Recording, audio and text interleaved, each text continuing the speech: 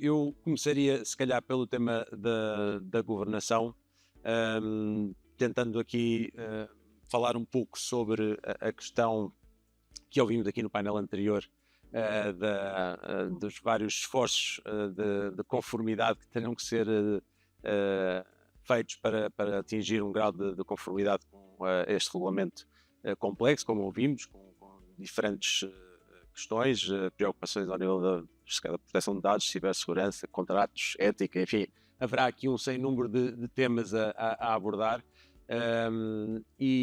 Perguntava ao Pedro Val Gonçalves que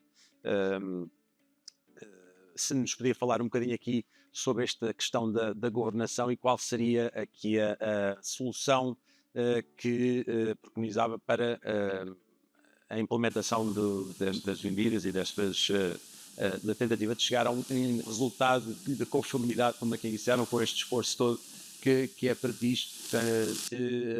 Como é que vê esta possível estruturação de um departamento ou de uma pessoa responsável, se calhar uma equiparação ao tema do regulamento geral de proteção de dados com um responsável pelo encarregado de proteção de dados, o Data Protection Officer? Será que é essa a solução de queremos pôr as exceções dessa pessoa?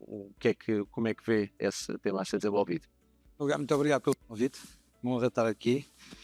De facto, é um enorme desafio para empresas que não tenham capacidade, não tenham recursos para fazer um trabalho de compliance muito a sério, porque as obrigações que são impostas a nível do regulamento são fortes, são pesadas. E eu acho que aqui, no meu caso concreto, que trabalho numa scale-up, o trabalho tem que ser muito dividido por partes. E nós, quando pensamos nos sistemas de AI, no primeiro painel dito uma coisa que foi bastante interessante, que nós não vendemos o sistema de AI, nós vendemos um produto que deriva de AI. Nós, na minha organização, nós definimos como AI-driven, mas é um produto, ou dois, ou três produtos que nós podemos desenvolver. Portanto, o esforço que eu faço em termos de implementação e em termos de regulamentação é dividido os vários momentos. O primeiro, é que vai alimentar todo o sistema e toda a aplicação. Esta manhã tive uma conversa muito longa com o engenheiro da minha empresa acerca do data mining, do cleaning, como é que se fazia isso tudo para evitar o bias, se é que faz sentido, porque em muitos casos não faz sentido eliminar bias porque eles não existem logo à partida, dependendo do tipo de recolho. Depois passo para dentro dos sistemas, que tipo de sistemas de AI é que eu estou a funcionar? É só um sistema? E aí então é que nós vamos fazer essa análise de alto risco, médio risco, baixo risco, porque nem todos os sistemas têm o mesmo tipo de risco. E depois temos o output. Isto depois vai-se ligar muito à questão das questões nestes três vetores. Portanto, quando falas um pouco na questão da similitude com o DPO, no fundo é um desafio mais vasto, porque este regulamento, no fundo, vai beber a muito mais legislações do que o Regulamento Geral de Proteção de Dados. E vai ter muito mais desafios, porque acho que tem muito mais vertentes e toca em muito mais áreas. Agora, em termos... vão existir muitas empresas que... Eu acho que há aqui um grande desafio. Primeiro, que é a over-generalization. Nós não podemos olhar para uma empresa e generalizar o AI. Nós temos que olhar para a empresa e parti-la aos bocados. Mesmo as pequenas empresas, senão não vão conseguir. Senão não vão conseguir implementar nem fazer os esforços de compliance necessários, nem de governance. Não vão de todo conseguir. Acho que é partir as coisas aos poucos e ter, número um sistema de proteção de dados muito robusto e depois, a partir daí, começar a construir toda essa pirâmide. Acho que é um pouco feio. Muito bem. Já voltaremos ao tema da governação, se calhar, para irmos tocando em todos os temas e, como disse bem, vão depois ter umas implicações no outro, naturalmente. Falaria agora um pouco do tema aqui da responsabilidade civil.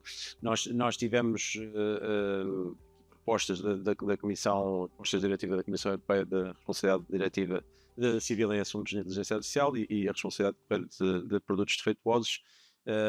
Estas propostas vão no bom caminho, são propostas que são adequadas para depois ligar com este AI Act, com este Regulamento de Inteligência Artificial, fazem um bom sistema output, no fundo, aqui para o input que é as regras de conformidade que o Regulamento de Inteligência Artificial traz. Muito obrigado pela pergunta, Ricardo. Havia aqui um cronómetro. Já sabe agora. Pelo menos Tem liberdade para fazer. Nós logo para cumprimentar o Ricardo e para cumprimentar os dois Pedros que aqui estão, meus queridos colegas e amigos, cumprimentar o Luís, o Rodrigo, o Mário, tantas pessoas que têm estado envolvidos neste trabalho, e agora que já voltou, neste trabalho do nosso grupo de investigação. De facto, somos mais de 30 e acho que temos conseguido produzir, na verdade, resultados notáveis e apraz muito a estar aqui mais um ano para o Coloquiar. Só não fico tão satisfeito é estar aqui um ano depois do Coloquiar que tivemos o ano passado e, na verdade, quanto à matéria da responsabilidade civil, de novo, pouco há a dizer. Ou seja, nós tivemos 2 diplomas apresentados em setembro de 2022, um sobre a responsabilidade civil do produtor e outro sobre a responsabilidade extracontratual aplicável à utilização de sistemas de inteligência artificial. No tocante ao regime da responsabilidade civil do produtor, e está aqui a Sra. Professora Maria Manuela Leitão Marques, que esteve envolvida nesse trabalho, acho que se fez um trabalho bastante positivo, na medida em que se tratou de adaptar, de reformar o regime para o adaptar à era digital, não é? Com a revisão da noção de produto, a revisão do conceito de dano, o aligeiramento do ónus da prova pedido ao lesado, mantendo a responsabilidade objetiva, embora, devo dizer, esse regime não é isento de críticas. Onde, a meu ver, está um problema, e um problema grave, e acho surpreendente, eu, aliás, em várias conversas fui alertando para isto, acho surpreendente termos chegado ao momento em que está prestes a ser publicado o Regulamento IA e não temos uma resposta em matéria de responsabilidade civil que acabe com a fragmentação que existe nos diferentes Estados. Eu vou dar um exemplo muito concreto. Muito se falou hoje aqui sobre discriminação. Soluções discriminatórias. Uma empresa ou uma universidade que aplica uma solução que é discriminatória. A questão está, como é que vamos resolver este problema de responsabilidade? Não é pelo regime da responsabilidade do produtor, porque ainda que o conceito de fornecedor seja relativamente amplo, e estivemos a ver aqui no painel anterior, que de facto o produtor vai, digamos assim, em muitos casos ser chamado a responder, este dano que no fundo é uma violação do direito geral de personalidade, não está incluído no regime da responsabilidade do produtor. Portanto, tem que estar incluído no outro regime que teve uma proposta e mais nada se fez. Há 2 anos, mais nada se fez. Ou seja, o Regulamento IA vai entrar em vigor e este regime está parado. Pior ainda, só para deixar aqui uma nota, nós obviamente vamos voltar a isso, não é? Quando foi apresentado, todos esperávamos que fosse um regime de responsabilidade objetiva, sem culpa.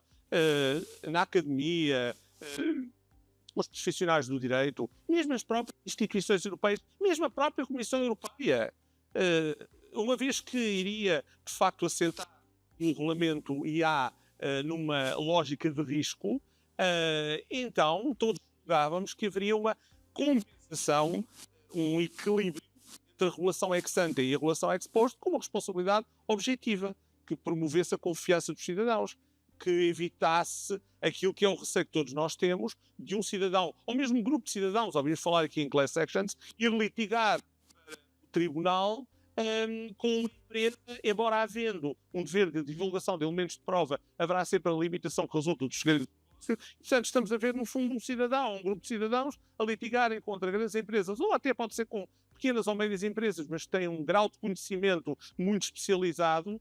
E, portanto, isto significará um quê? Litígio de anos e anos e anos e anos, provavelmente votado em sucesso. Ou seja, havia que encontrar uma solução que fosse uma resposta generosa e eficaz para os cidadãos. Porque, na verdade, é preciso não esquecermos que a questão da inteligência artificial parte, desde logo, a primeira reflexão que se fez foi uma reflexão que partia da ética.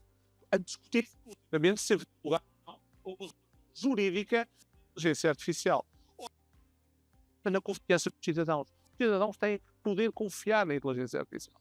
Ora bem, é isso que, a meu ver, não sucede com este regime que procura fazer uma harmonização dos vários regimes de responsabilidade civil existentes na Europa. Enfim, mais à frente eu direi, e em especial, porque é que eu considero que, de facto, não há aqui uma resposta adequada. Não é apenas por não trazer a confiança, é porque, tecnicamente, mesmo tecnicamente, não é adequado perante a forma como a regulação foi a regulação ex post assente numa responsabilidade conjunta.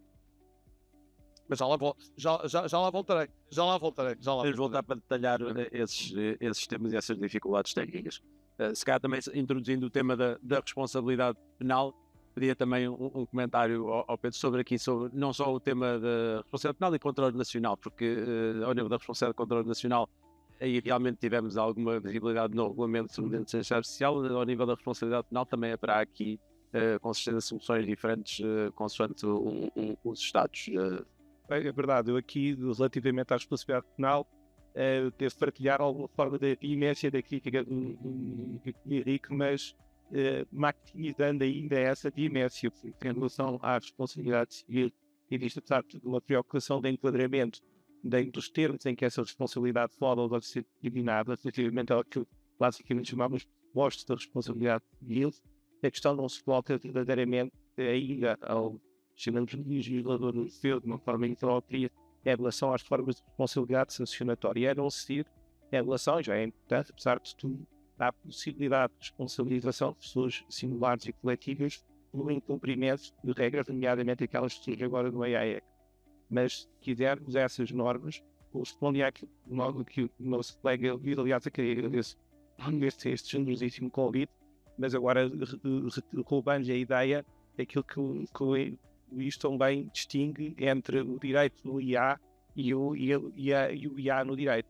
Aqui, na verdade, o que está aqui em causa é olhar para o direito no IA. De facto, o AI Act tem umas regras de direito sancionatório, mas nada encontramos da reflexão sobre o impacto que a IA tem na responsabilização sancionatória, ou seja, que poder podem ter estas novas ferramentas no modo como a responsabilidade sancionatória é determinada.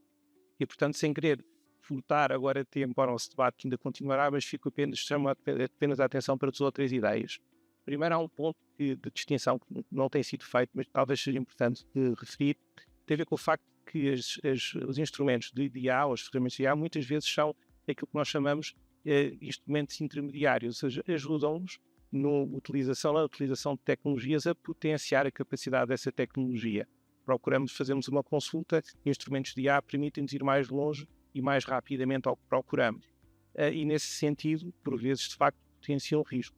Mas o sistema em si mesmo e quem o criou não determinou esse risco. E não foi ele, seguramente, que causou o dano que resulta da utilização da IA. E, portanto, haverá que distinguir entre essas técnicas ou esses instrumentos que nos ajudam a procurar o que pretendemos.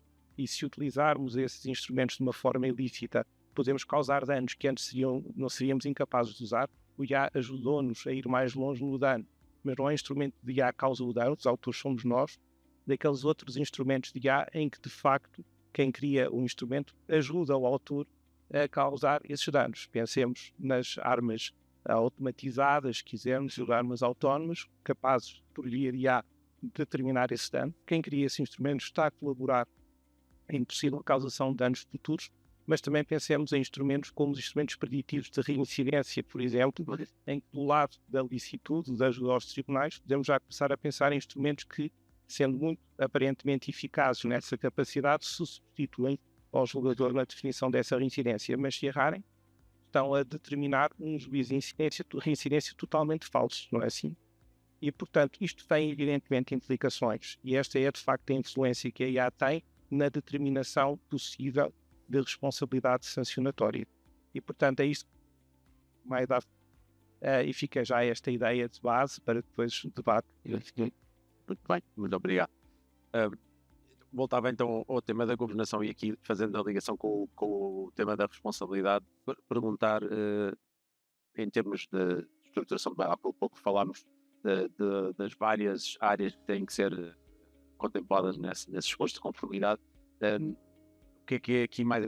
Falámos também nos painéis anteriores da dificuldade em arranjar pessoas com a qualificação suficiente para saber sobre estes temas, para conhecer a complexidade do deep learning, conseguir também implementar estes sistemas na implementação de um sistema de governação. Que mecanismos aqui é que conseguem também depois fazer a demonstração da conformidade, fazer esta capacidade de demonstrar que com todas as regras necessárias para não correr com a responsabilidade civil ou a responsabilidade contra nacional? Quais são os principais pontos em que se deve focar a empresa na implementação dessa governança? Pergunta para mim.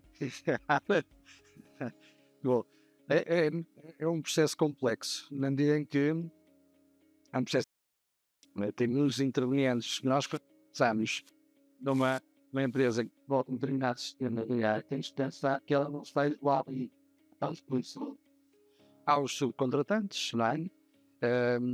E esses subcontratantes, por sua vez, utilizam outros subcontratantes, não é? E assim sucessivamente. Portanto, é uma cadeia contratual muito extensa.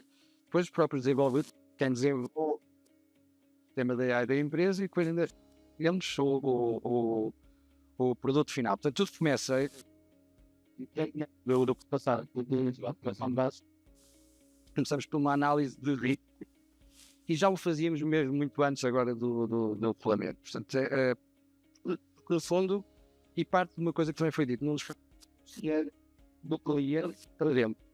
Portanto, a necessidade do cliente, da proteção desse mesmo cliente para dentro, e assim construímos o nosso sistema de AI. Uma das preocupações principais que temos e que eu tenho na organização, de facto, é a privacidade. Eu respeito pelos direitos das pessoas individuais, e criámos então um sistema que é proprietário, que existem outros também no mercado, em que se procura fazer uma percepção de tudo o que são dados pessoais. Portanto, sim, todo o treino que é feito dos modelos, preferencialmente é feito com dados públicos, ou que são pseudo-anonimidade, dados anonimidade. Para ter tipo concreto, procura-se que os dados que são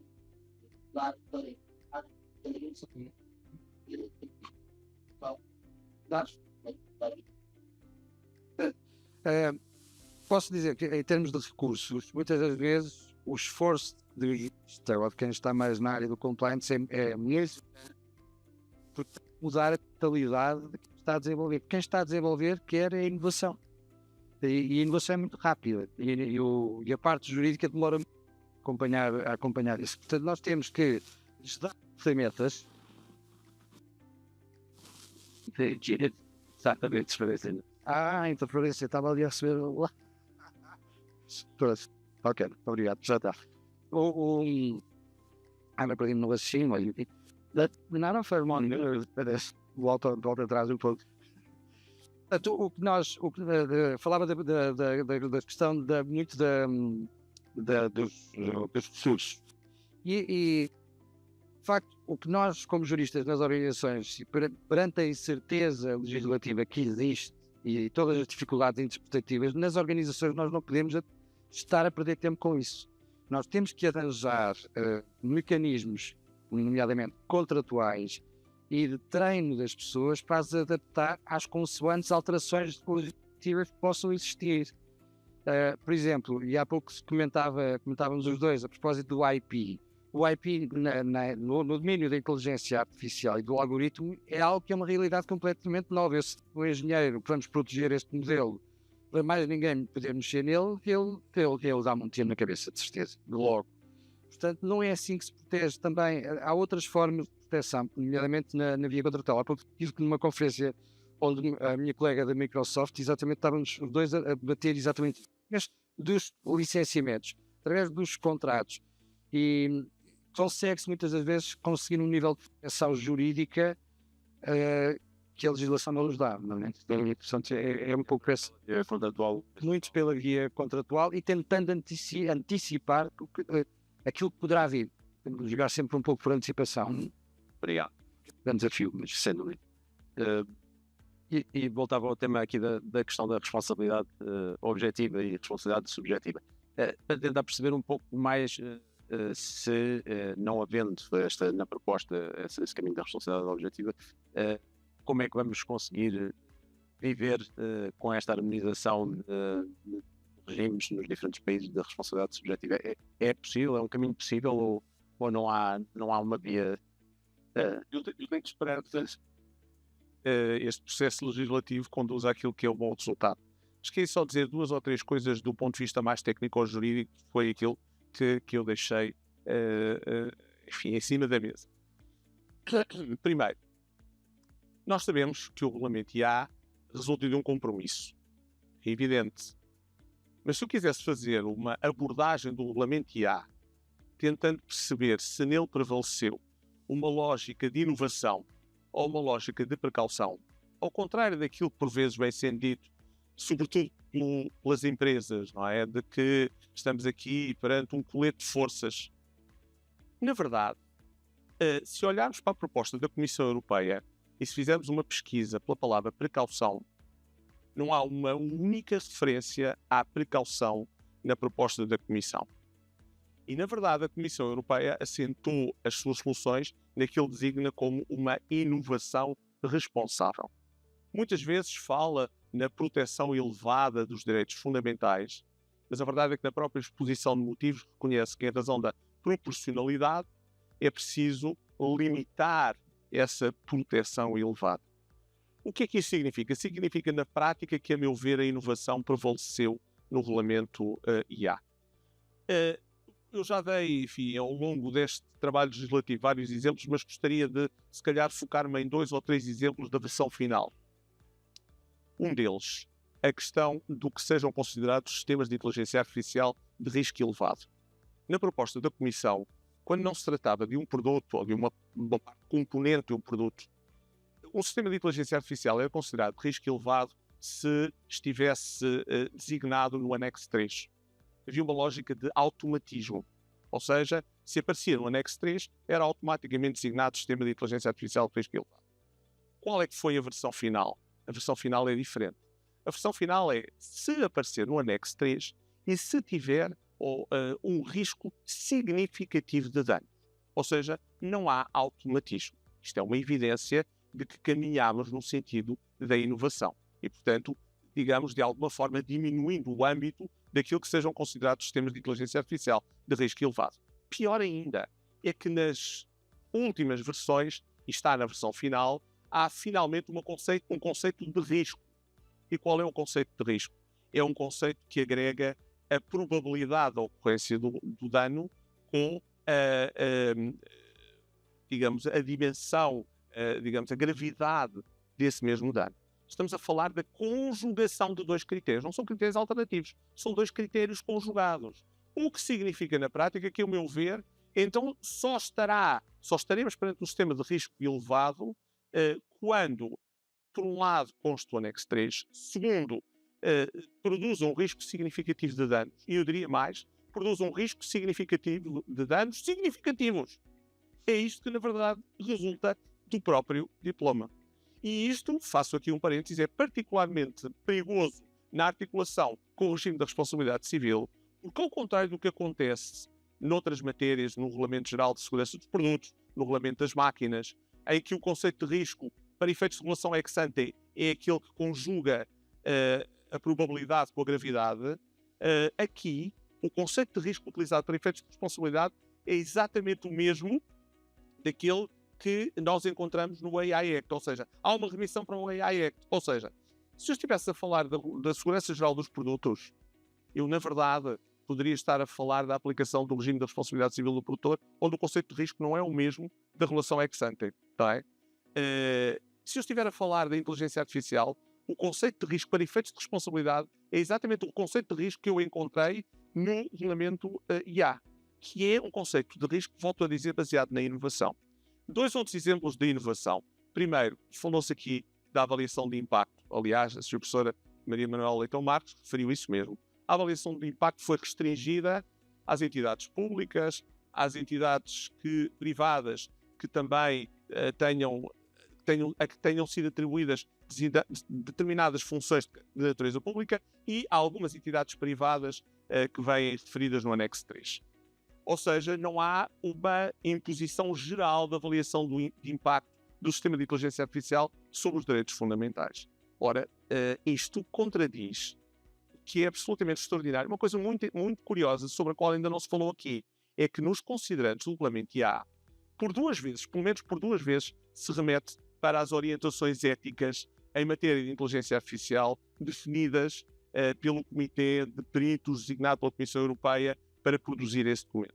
Ora, nessas orientações éticas, há coisas tão importantes como isto. Um dos princípios fundamentais para a definição adequada do ponto de vista ético da regulação da inteligência artificial é a responsabilização. A responsabilização. E outro ainda é a questão da avaliação do impacto. Ou seja, na verdade, diz-se nas orientações éticas, e se me permitirem, passo a ler, não é?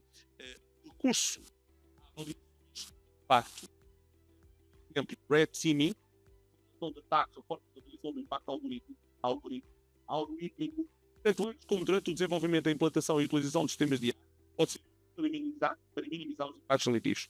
Estas avaliações devem ser proporcionadas em relação ao risco colocado pelos sistemas de IA. Ou seja, é assumido claramente nas orientações éticas que a avaliação de impacto é absolutamente fundamental para produzir uma IA de confiança. E assim sendo, diria eu, há aqui aparentemente uma desconformidade entre aquilo que é, na verdade, a opção tomada no Regulamento IA e aquilo que são as opções tomadas para as quais o próprio Regulamento IA remete, não é? Diz que é, mais uma vez, uma opção pela inovação. Um último exemplo, a questão da avaliação de conformidade. Bom, o legislador fez uma opção clara, pelo menos numa primeira fase, é que a avaliação de conformidade vai ser feita pelo próprio fornecedor, não é por terceiro. E isto, digamos, enfim, claramente, e mais uma vez, denuncia uma opção pela inovação. Se assim é, com isto termino esta intervenção, tá? Se assim é, qual o procedimento na relação a que for, em matéria de controle nacional, em matéria penal, em matéria de responsabilidade civil em particular, deveria ter prevalecido um princípio que equilibra a inovação, que é o princípio da precaução. A inovação entrou nas políticas públicas europeias, enfim, muito graças à intervenção de vários diretores de grandes empresas, enfim, algumas delas, não sei se todas, já me lembro, enfim, multinacionais, e entra nas políticas públicas europeias para fazer uma limitação ao alcance do princípio da precaução. Não tenho nada contra a inovação, até porque acho que na regulação ex ante, sobretudo em matéria de inteligência artificial, é absolutamente fundamental a inovação ganhar espaço. Porque todos nós reconhecemos, e eu reconheço isso de forma muito consciente, os impactos positivos que a inteligência artificial trará para a vida de todos. E em particular até para aqueles que estão em situação, porventura, mais vulnerável. Portanto, a inovação deve prevalecer na regulação ex ante, mas tem de haver uma reposição de equilíbrio na regulação ex post. E a precaução deveria ter prevalecido na responsabilidade civil. Eu ainda queria avançar um bocadinho mais além, com certeza penso eu terei ainda uma terceira intervenção, eu diria, isso exigiria que pelo menos a responsabilidade objetiva tivesse sido acolhida na proposta da Comissão Europeia e mais do que isso, que nesta altura já tivesse sido fechado o dossiê. Porque a Comissão Europeia está muito preocupada com a fragmentação dos sistemas nacionais, porque os legisladores, enfim, obviamente, quanto à matéria das atividades perigosas, têm respostas diferentes. Por exemplo, o direito português tem um regime que ninguém sabe muito bem se é de responsabilidade subjetiva ou é mesmo de responsabilidade objetiva. Noutros temas é responsabilidade subjetiva, noutros temas é responsabilidade objetiva. Ou seja, os mesmos danos vão ser tratados de forma diferente na Europa. E isto, de facto, basicamente, acaba por quebrar qualquer de confiança dos cidadãos. Não, aproveitava então para colocar também aqui uma pergunta dupla em relação ao tema da responsabilidade penal e controle nacional. Em relação à responsabilidade controle nacional, tentar perceber como é que vê o sistema de sanções ou condenações previstas no regulamento, não só o nível das sanções, mas também depois a própria implementação ou o enforcement, a aplicação prática que depois poderá ser feita por diferentes autoridades, por diferentes países e também um pouco vendo aquilo que foi a experiência de outros regulamentos anteriores em que realmente há um nível diferente de aplicação dessas sanções, se isso vai também se espera que seja o mesmo resultado aqui ou se acha que será diferente neste caso. E em relação à responsabilidade penal, também aprofundando um pouco aquilo que há pouco estava a referir, como é que funcionará aqui a responsabilidade das pessoas coletivas aqui em Portugal, se há crimes aqui que possam, no fundo, concretizar esta Ora bem, eu vou responder a isso começando precisamente tomando o caminho que foi já fundado pelo Henrique, porque eu penso que com isso chegamos precisamente à resposta para que me pede. E que de facto tem a ver com a questão da precaução e da inovação, precaução versus inovação, e o modo como isso se relaciona com os chamados sistemas de alto risco ou high risk, enfim, não sei se a tradução aqui será exata, mas anda próximo. E depois no fim, daí pode resultar responsabilização desde logo contra o nacional de pessoas coletivas que usem sistemas de IA ou os desenvolvam. E começando então desde logo por referir que a ideia de uma preocupação de sistemas de inteligência artificial que são relevantes na determinação da responsabilidade e com isso desenvolver players que podem desenvolver sistemas que nos ajudam na aferição dessa responsabilidade e por isso de trazer a inovação com um aspecto fundamental na determinação dessa aferição é de facto determinante na entrada do direito sancionatório e do direito penal em novos domínios da responsabilidade, nomeadamente naqueles que envolvam danos de massa. A possibilidade de determinação do nexo de causalidade com base no risco ou na aferição da conexão pelo risco contará seguramente com instrumentos de inteligência artificial e com uma aprendizagem feita pela aplicação de modos de cálculo que nos permitirão aferir o risco de uma forma precisa e com isso identificar possíveis autores em função não tanto do dano que tenham gerado, mas do risco que assumidamente gerarão. E, portanto, quando falamos de danos ambientais e com isso quando falamos de alterações climáticas e do mundo que está para o direito penal e o direito de controle nacional só podem ter um papel a desempenhar se a inteligência artificial se fizer valer com base em sistemas probabilísticos e, portanto, cálculo de probabilidade quanto ao risco assumido e depois também quanto ao dano. O problema está quando esses sistemas probabilísticos são colocados ao serviço de outras dimensões que também importam ao direito penal, nomeadamente, como há pouco referia, a questão da autoria. Ou seja, a questão de saber, por exemplo, se devemos assumir que do desenvolvimento de danos letais, desde logo, podem ser promovidos por entidades que não tomam consciência do que estão a fazer, nem tão pouco isso é exigido, bastando o cálculo probabilístico quanto à eficácia de facto de atingir e de causar a perda da vida a alguém. E as armas automáticas aqui interessam. No momento em que nós estejamos dispostos a fazer valer modelos probabilísticos, não só para efeitos de determinação de uma causa, mas também como justificação ou legitimação do ato de causação de dano, estamos a utilizar aquela que seria uma utilização virtuosa de técnicas de inteligência artificial e legitimação de um ato que até hoje nós entenderíamos como aceito apenas se praticado com alguém que tem consciência moral. E aqui o direito, usando a inteligência artificial, separa-se definitivamente da ética.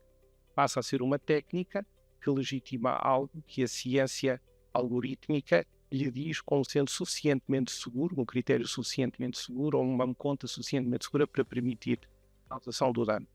E também assim, que a determinação da responsabilidade, sobretudo a responsabilidade preditiva, a possibilidade de cálculo quanto à prática de atos futuros, também se basta com os juízos algorítmicos e, portanto, provavelmente que aí nós dizemos que o risco daquela pessoa vir a praticar crimes resulta de um juízo estatístico de probabilidade. Portanto, se aquela pessoa, em função do meio de onde provém, da sua cor da pele, do seu historial de desemprego, que seja, ou da região onde vive, representa, estatisticamente falando, o risco elevado de praticar o facto de ela individualmente poder não representar ou desdizer esse juízo, é para a máquina um juízo estatístico relevante.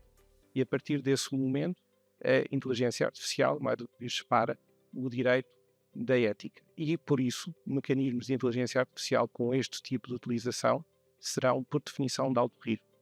E serão, por definição, de alto risco, de utilizar exatamente a mesma tecnologia que, se usada para cálculo de nexo de causalidade, seriam formas de tecnologia de baixo risco. Ou seja, a mesma tecnologia pode ser de alto e de baixo risco em função do seu efeito vicioso, se quisermos, ou de divórcio em relação à ética, daí o ponto fundamental que há pouco levantou.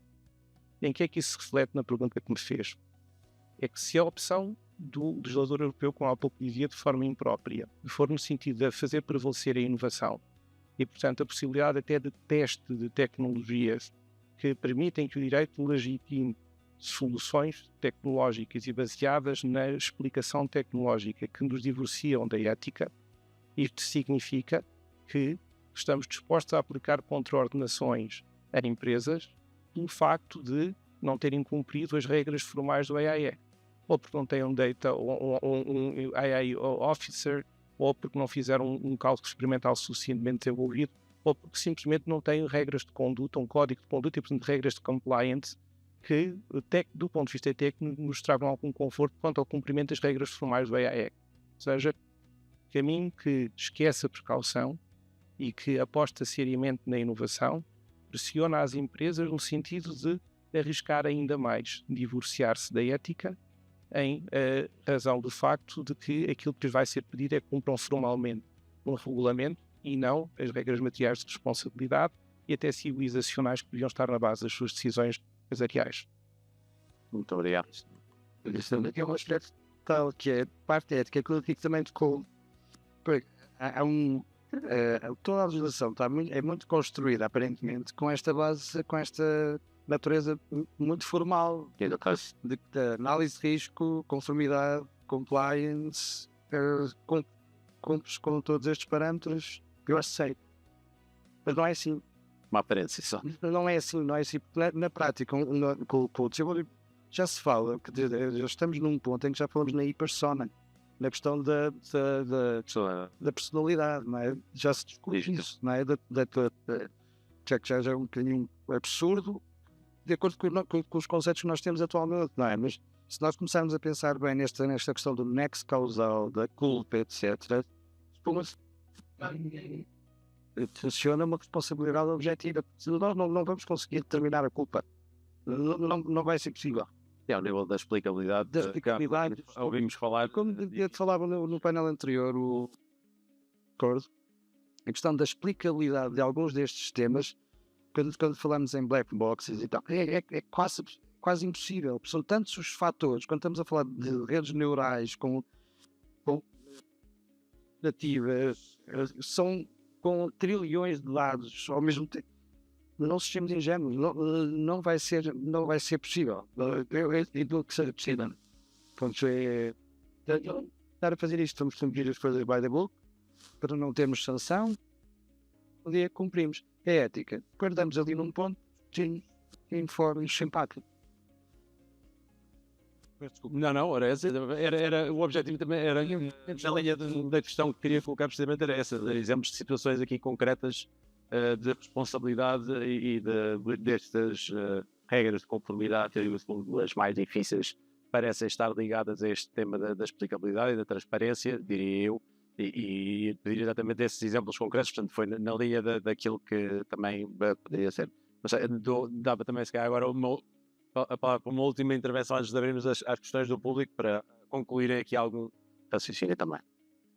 Bem, eu já agora só retomando aqui a questão das orientações éticas, eu acho que é muito interessante e acho que não são só os juristas, são nomeadamente os especialistas também em ética, que estarão envolvidos na interpretação do regulamento. Porque, primeiro, é preciso perceber qual é que é a importância dos considerandos. E estes dois considerandos, em particular, ao remeter para as orientações éticas, abrem um mundo de questões de eventual desarticulação entre estas regras jurídicas e as orientações éticas que foram definidas pelo grupo de peritos, ou de preenchimento de lacunas do próprio regulamento IA, que tornarão, a meu ver, o debate ainda mais interessante do que aquilo que se poderia imaginar. Mas regressando à minha questão concreta da responsabilidade, é a minha última ideia. Eu tenho dito isto, enfim, tenho até dito aqui e lá fora, dizendo muitas vezes que o faço quase numa missão quixotesca. E é verdade, quer dizer, porque de facto eu acho que a questão da responsabilidade, que aliás num inquérito feito às empresas, foi visto como uma das 3 questões fundamentais a resolver para saber se haveria ou não investimento em inteligência artificial. E a questão da responsabilidade pura e simplesmente foi deixada de lado pelo legislador. Foi apresentada a proposta e parou, tirando a responsabilidade do produtor. Mas dizia eu que, se calhar, aquilo que eu venho dizendo, penso eu, fará sentido, que é pensarmos fora da caixa. A responsabilidade objetiva, bom, pelo menos é uma solução menos má, mas eu não sei se é a solução suficiente para responder aos desafios que a inteligência artificial traz. E eu tenho pensado muito numa coisa que foi dita pelo grupo de peritos, nomeado pela Comissão Europeia, para pensar sobre esta matéria da responsabilidade civil. E há uma passagem em que este grupo de peritos diz o seguinte: apesar depois das suas soluções serem tradicionais, clássicas, mas o grupo de peritos a determinada altura diz assim: com a inteligência artificial nós não podemos pensar a responsabilidade nos moldes clássicos em que a conhecíamos. A responsabilidade transitou ou transitará de uma origem antropocêntrica para uma origem maquinocêntrica e de uma realidade monocausal para uma realidade multicausal. Não vale a pena estar aqui a falar sobre as várias características dos sistemas de inteligência artificial, eu acho que todos perceberão o que é que isto quer dizer. Se é assim, e é com esta nota que eu termino, eu acho que pensar fora da caixa implica, na verdade, pensar em criar fundos de compensação que permitam indemnizar imediatamente os lesados por decisões tomadas ou por ações ou por falta de ações tomadas por sistemas de inteligência artificial. Claro que isto implicará pensar atentamente na forma como desenhar este fundo, implicará fazer, obviamente, negociações, implicará perceber quem é que financia. Em parte, eu acho que tem que ser financiado pelo orçamento europeu, por uma razão simples, porque a União Europeia apostou na inovação na regulação ex-ante, para ser um player importante em relação aos players mundiais. Então, se é assim, tem que pensar no seu cidadão. E tem que pensar, de facto, em garantir uma resposta automática, direta e imediata. Dir-me-ão, então e a responsabilidade e o efeito preventivo que tem é posto de lado? Não. Trata-se apenas de deixar a responsabilidade para o sítio onde ela deve estar, tendo em conta esta natureza da inteligência artificial. Qual é o sítio onde ela deve estar? Nos sistemas de risco médio ou baixo, no exercício do direito de regresso ou subrogação, como quer que lhes queiramos chamar, entre o fundo de compensação e os eventuais autores do dano. O que não pode acontecer é ser o cidadão a ter de ir a tribunal. Portanto, quem deve substituir o cidadão é o fundo de compensação que o indemnizou imediatamente pelo dano sofrido e depois vai litigar com as entidades que são fornecedoras de sistemas de inteligência artificial ou, eventualmente, são utilizadores de sistemas de inteligência artificial. E termino dizendo isto. Como comecei, a questão da discriminação. Quando começarem a existir casos de discriminação, e não será assim tão tarde quanto isso, eu acho que todos vão lançar as mãos à cabeça e vão dizer: oh meu Deus, porque é que não pensámos nisto antes? Porque, na verdade, este é um problema com o qual muitas jurisdições vão ter dificuldade em trabalhar. Primeiro, no seu enquadramento no plano da responsabilidade. Segundo, em lidar com factos que, na verdade, já não se enquadram na natureza da responsabilidade tal como a conhecíamos. E, portanto, a meu ver, eu já ando aqui há 2 anos a dizer isto, ando um bocadinho cansado de não ver nada, não é? Portanto, tenho aqui a Sra. Professora Maria Manuela Petão Marques, enfim, que mesmo deixando o Parlamento Europeu, certamente conhecerá muita gente lá dentro e que faça passar a mensagem, porque, na verdade, aqui del Rei, quer dizer, alguma coisa já devia ter sido feita e não foi. E com isto, agora sim termino. Obrigado. Não sei se ainda queria fazer uma intervenção. Depois passamos ao público. Final. Se me estão a ouvir, sei que é muito bem. Então, também, no fundo, que toca precisamente na questão há pouco da personalidade, possível personalidade jurídica da máquina, se quisermos, e tocando também, tomando mensagens mais uma vez do que o Henrique veio dizendo, tive sempre o benefício de falar depois de ambos e, portanto, pude sempre tirar ideias dos dois. Não tive que ser o testa de ponto, estar na frente do pelotão e, portanto, agradeço esse privilégio. Mas é precisamente a propósito disso, é muito verdadeiro. A propósito, precisamente, da questão da personalidade jurídica. Discute-se muito se não será um caminho, desde logo, pragmático. Pense, por exemplo, no âmbito dos veículos autónomos e dos danos que causem. Falar apenas disso, dessa entidade que tomou a decisão e causou o dano, em vez de andar atrás à procura do programador, do grau de empenho que ele tenha colocado no programa, do grau de responsabilidade que resulta da decisão de ter construído o algoritmo daquela forma. Admito que, para efeitos, por exemplo, de pagamento de valor no âmbito de uma responsabilidade de tipo de seguro, passaria por, no fundo, ir buscar dinheiro a um depósito previamente existente.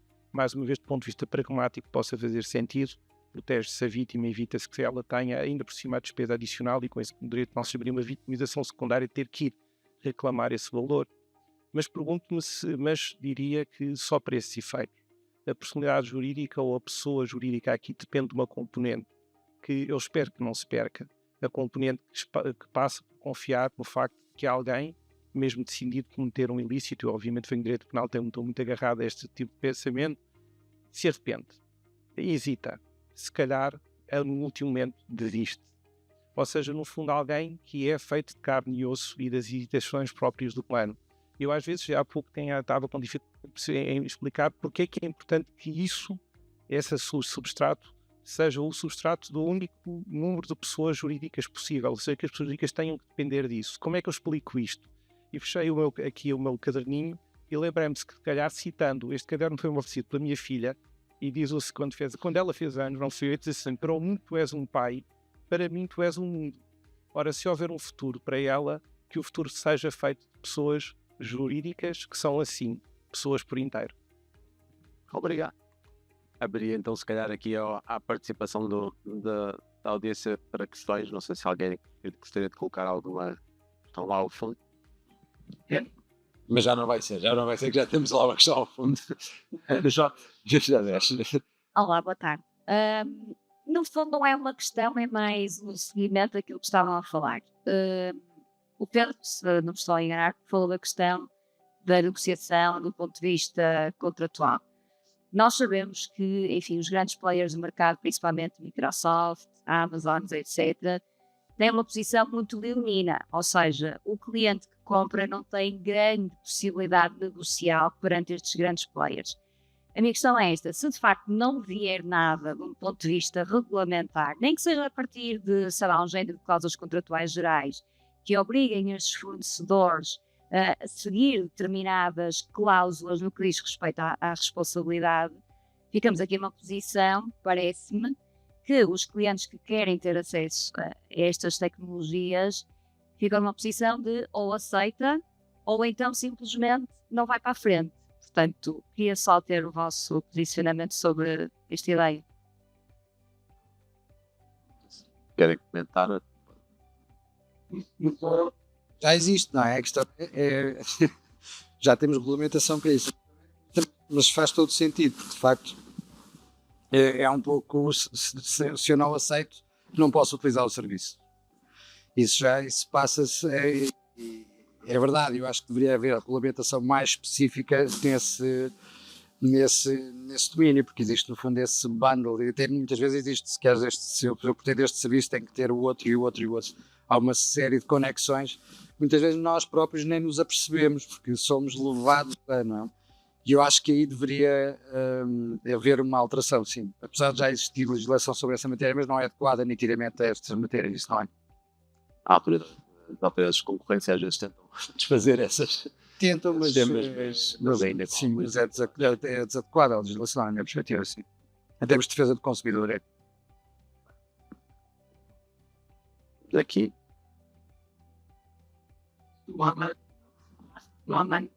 Por enquanto não, mas poderá haver. Em primeiro lugar, muito obrigada nesta magnífica discussão, foi muito interessante, e é o deste que estava no parlamento. E por afinal, significa que sim, tanto que eles testem, corresponde aos estudos utilizadores, como se costuma dizer, normalmente todos como cidadãos da fase parlamentar. E eu lembro-me para participar, e outros momentos, já com a opção final. Portanto, e é que a Fundação, na nossa esquerda, não sei, nos centros democráticos começaram também, mas a Fundação da nossa esquerda nos fez a nossa esquerda, a nossa definição foi exatamente essa. Tínhamos cedido à inovação.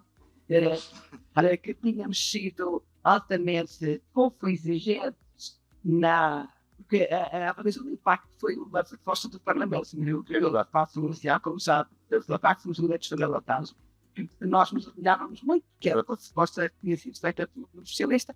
Não, mas tínhamos decidido que aqui tinha ficado só praticamente para o setor público, ou assim, alguns de aproximar, e que tínhamos deixado o setor privado de fora, portanto, tínhamos sido altamente laxistas e altamente coniventes com os inovadores, que não normalmente entendemos, mas exatamente quase toda a sua interpretação tem esta coincide com a interpretação que fizeram os esquerda. Na esquerda, lá no. Nunca disseram isso. Não há.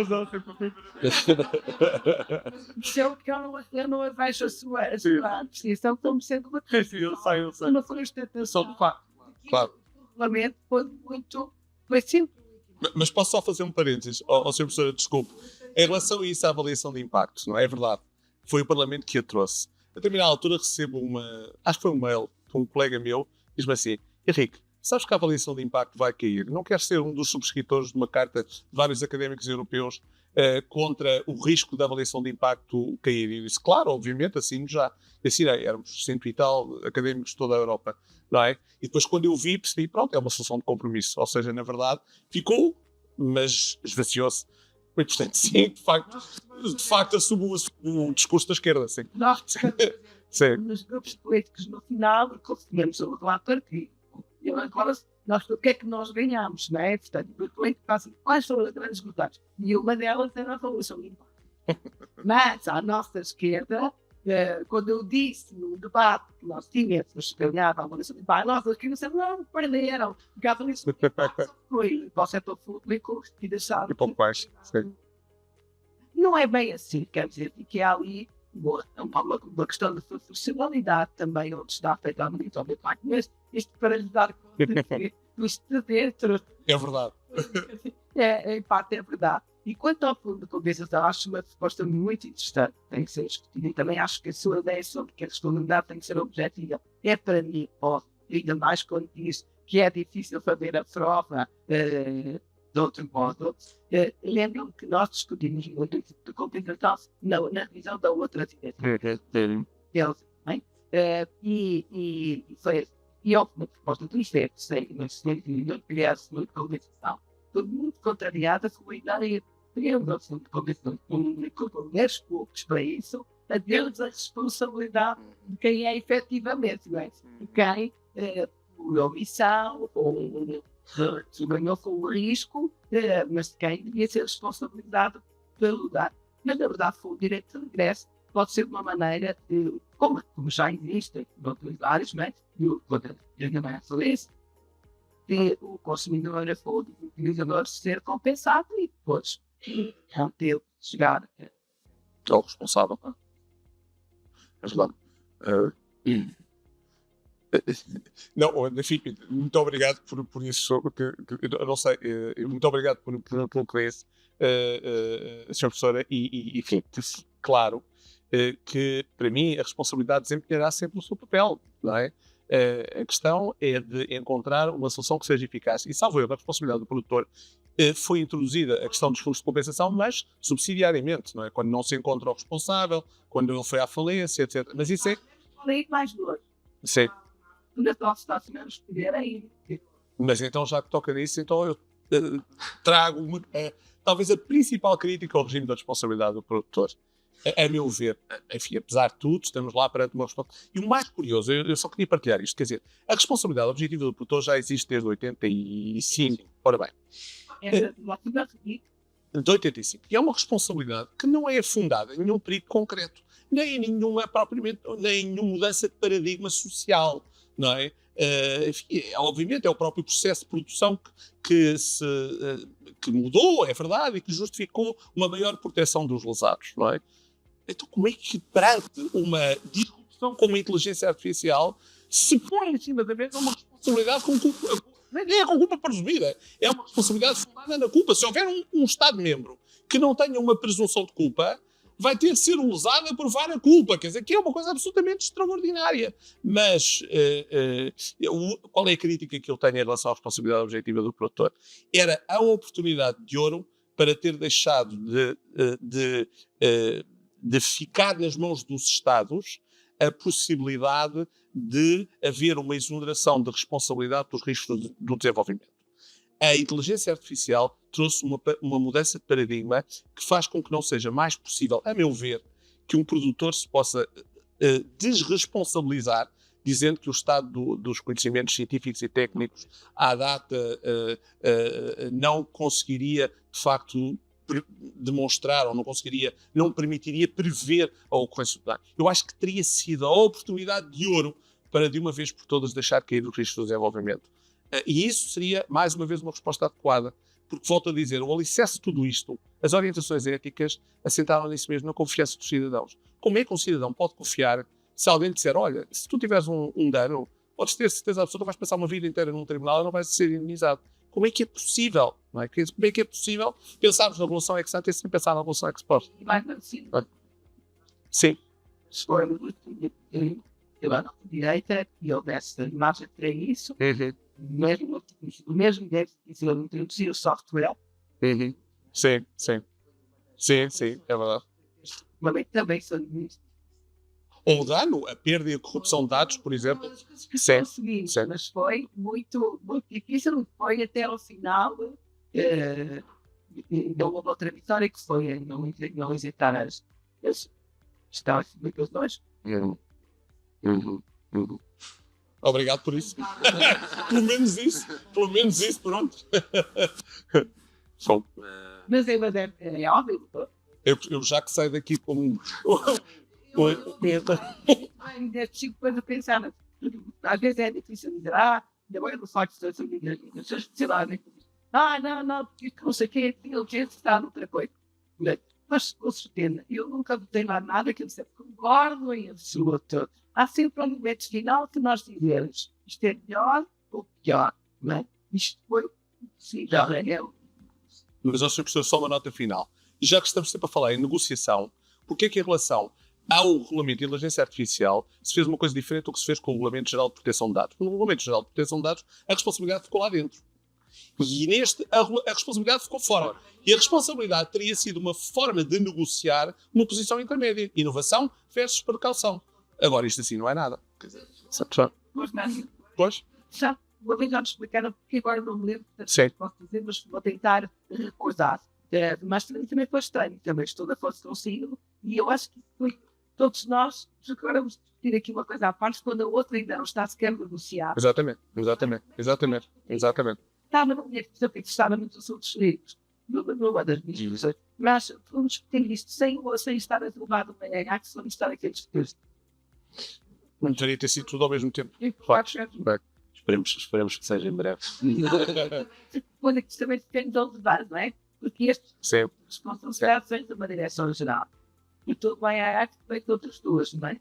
Pois. Portanto, todos utilizados. Pois. A arte de todos. Mas também vezes, o também perceber os segundos dessa nível. Mas estes próximos tempos vão-nos trazer. Deus quer que eu erre. Deus quer que eu me engane, mas eu estou convencido que vamos ter aí surpresas muito tristes nos próximos tempos.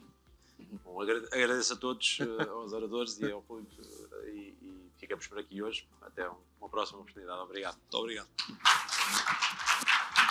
Obrigado, Ricardo. Obrigado.